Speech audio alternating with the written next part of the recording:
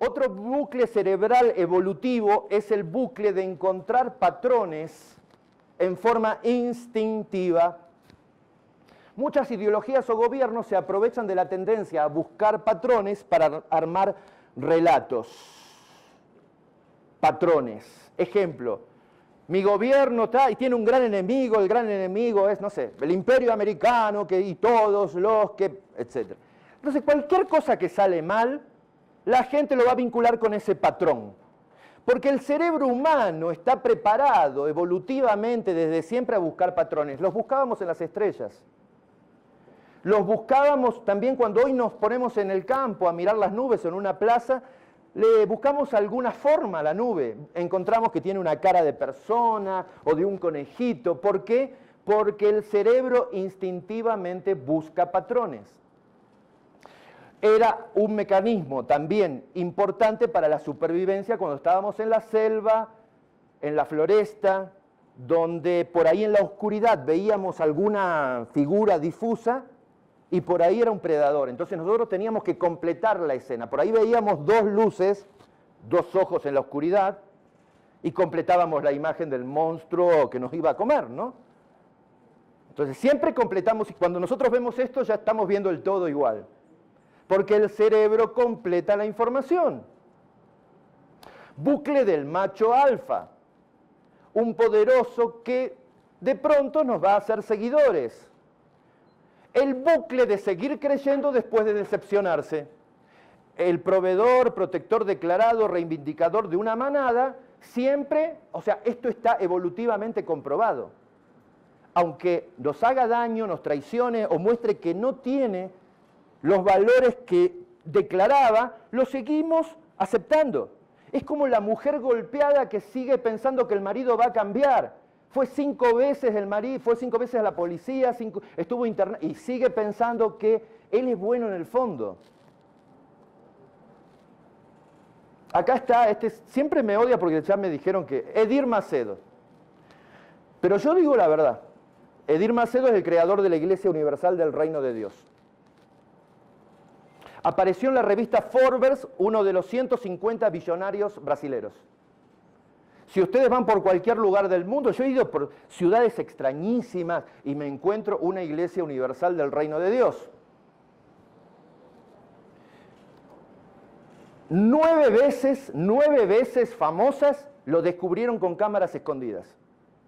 Los mismos pastores de la segunda línea lo filmaron con cámaras escondidas. La última fue este año.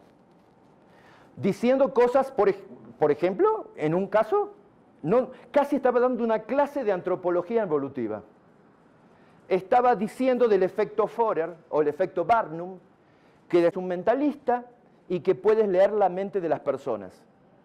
Invitaron a más o menos 100 personas en el auditorio y este señor, entrenado por un mago especialista en lectura fría, ¿la lectura fría qué es? Es un arte que el político también debería tener. Es entender, leer el lenguaje corporal de las personas. Hasta una gitana en Madrid una vez me dio una explicación de que había leído sobre lectura fría. Y yo pregunto, si esa señora gitana, para sacar 5 euros, estudió lectura fría, yo me pregunto cómo un político, cómo un vendedor de inmuebles, cómo una persona que tiene grandes intereses no sabe ni qué es. Hay que estudiar lectura fría. Te permite detectar microgestos del otro para saber, no lo que está pensando, porque no podrías entrar y hackearle la cabeza, pero más o menos pensar cómo está pensando o por qué camino está yendo. Lo presentaron frente al público como un mentalista y él empezó a usar el efecto Forer o el efecto Barnum, dando distintas señales. Decía, yo tengo aquí una persona que tiene un familiar que murió hace muy poco, y está tratando de comunicarse con ella. Y con el rabillo del ojo iba mirando las microreacciones de las personas. Y cuando detectaba la primera microreacción de alguien que se sentía tocado, se iba acercando. Y decía, y esto por acá.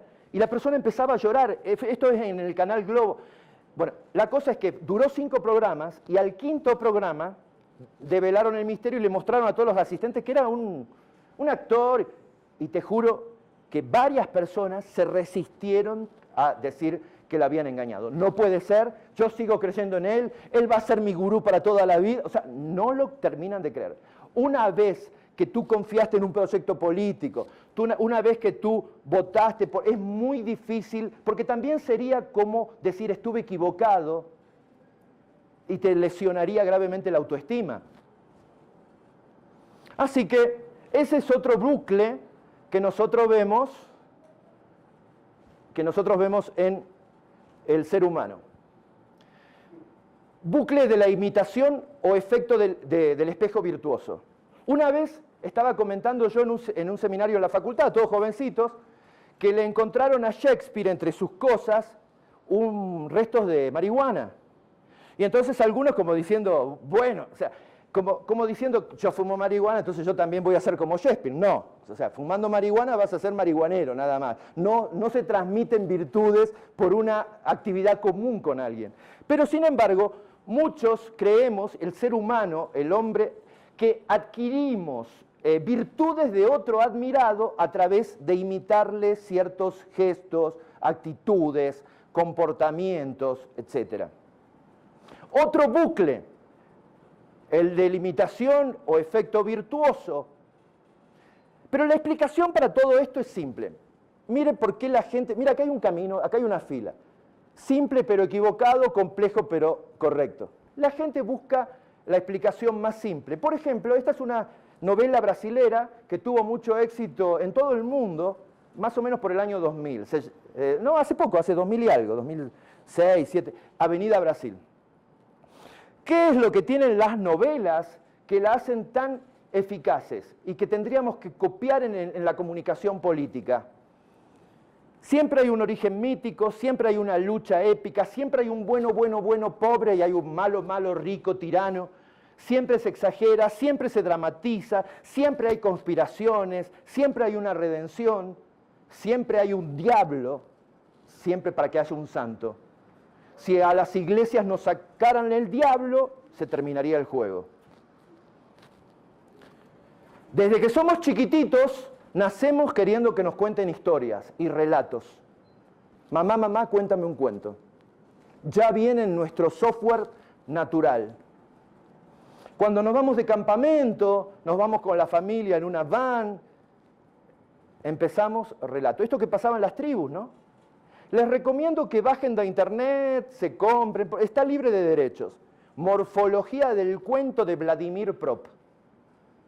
Es un ruso y escribe cómo se escribe un cuento. Y cuando lean este libro van a ver que la película Coco, la noche de las narices frías, 101 dálmatas, Pinocchio, Bambi, todas las y todos los relatos políticos que han tenido éxito, historias de religiones que han usado la morfología básica del cuento que Vladimir Prop explica que funciona con el cerebro mamífero.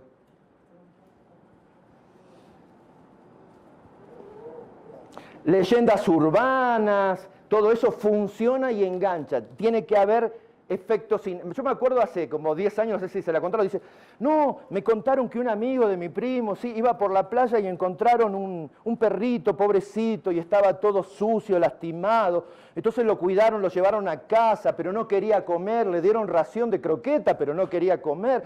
Lo cuidaron, le pusieron champú. Bueno, lo tuvieron como 4 días en la casa, hacía ruidos de noche, les comió unas zapatillas, todo, pero lo siguieron cuidando porque pobrecito, ya ni perro parecía. Entonces lo llevaron al veterinario. Y cuando lo llevan al veterinario, el veterinario lo recibe, lo sacan de la caja y el veterinario hace un paso para atrás diciendo, ¿qué? Y al final era una rata de Madagascar, no era un perro. Entonces, o sea, esas historias son leyendas urbanas, pero tienen lo que Vladimir Prop explica que es lo que hace que se magnetice en el cerebro y te quede y se viraliza y se transforma en un meme.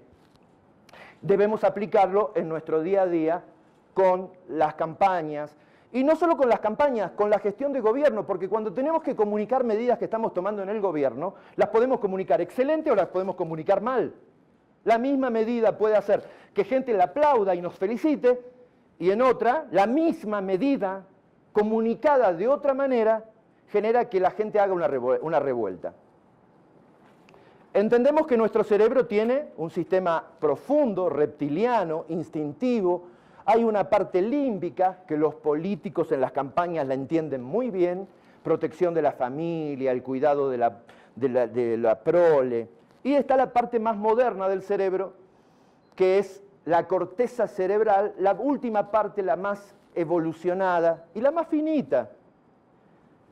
Datos del cerebro: 1 kilo 300 gramos, hay células de la glía que sirven para la limpieza, el mantenimiento y el aislamiento, 100 billones de neuronas, más de 100 trillones de conexiones nerviosas, 1/5 del suministro sanguíneo va para acá, es un 50avo de nuestro peso, 78% agua, 10% grasa, 8% proteína, 1% carbohidrato, 1% sal y 2% de otros componentes. Pero ¿para qué es el cerebro? Lo tenemos que saber los políticos. Sexo y supervivencia, lo más importante, y en las mujeres el cuidado de la prole es el adicional. Así que si nuestro mensaje va en sintonía con esto, los cerebros nos apoyan. Entonces, ¿qué hacen algunos candidatos que entienden el cerebro, que entienden las neuronas? O sea, ¿qué está pasando con los cerebros que hace que algunos candidatos tengan más éxito que otros? Nosotros sabemos, cuando hablamos con los políticos, cuando hablamos en las campañas, cuando analizamos el ser humano, que todos queremos volver al útero, en el fondo. Un día se produjo el encuentro de un espermatozoide con un óvulo, empezamos a formarnos, estaba todo calentito, confortable, era una cosa todo acolchado, era el paraíso. De hecho, muchos piensan que la historia bíblica, el concepto del paraíso y el paraíso sería el útero y el infierno es después que salimos del parto, ¿no? Y así estamos en el mundo, que cuando hay desconciertos, cambios, crisis económicas, incertidumbres en la sociedad, el cerebro límbico y el reptiliano buscan volver a la tribu, volver al útero, volver al regazo. Entonces hay que aprender a comunicarle al cerebro animal. Y muchos no sabemos comunicarnos con el cerebro animal. La gente no escucha. Por ejemplo, nadie nos enseñó en la escuela a escuchar. El político habla muy bien, muchos políticos hablan muy bien, pero escuchan muy mal. Hay políticos que hablan bien, pero escriben mal. Hay políticos que hablan bien, pero leen mal. Pero casi todos no escuchan bien. En la escuela nos enseñan a leer, a escribir y a hablar. Pero ¿cuándo nos enseñaron a escuchar? Y la mayor parte del tiempo en nuestra vida estamos escuchando más que leyendo, más que escribiendo. Roosevelt, hay una anécdota famosa, era un poco, hacía algunas gracias y algunos chistes. Estaba recibiendo embajadores extranjeros y le dijo al ayudante, es una anécdota de él, te voy a mostrar cómo la gente no escucha. Ningún político, ningún embajador, la gente no escucha, están en automático, están en piloto automático. Entonces empezó a darle la mano y lo iba saludando uno por uno. Iba pasando, eran como 15. Y le decía, en voz baja, esta mañana maté a mi suegra. Esta mañana maté a mi suegra. Esta mañana maté... Está bien que algunos eran extranjeros, que el inglés no era su primera lengua, etc. Pueden creer que solo uno de todos los embajadores dijo, perdón, ¿cómo dijo? El resto entró por acá, salió por acá. Es que pasa que el cerebro es predecible y cuando empezamos a aprender comunicación científica, neurocientífica, podemos hasta manipular a la gente. Claro que manipular parece algo negativo, pero cuidado. Cuando uno le dice al hijo, ahí viene el avioncito con la espinaca, ahí viene el avioncito, lo está manipulando pero para bien. Muchas veces la manipulación es un arma, puede ser positiva o negativa. Les voy a mostrar. Mira, este es un ejercicio que se llama de engrama. Engrama. ¿Me ayudan ustedes, por favor? Digan Emma, Emma, Emma. Vamos a repetir. Emma, Emma, Emma, Emma. 12 veces, vamos. Emma, Emma, Emma, Emma. Listo, ¿cómo se llama la parte blanca del huevo? Rápido. Ya lo manipulé, todos dicen yema. Es clara, la parte blanca se llama clara, pero te precondicioné.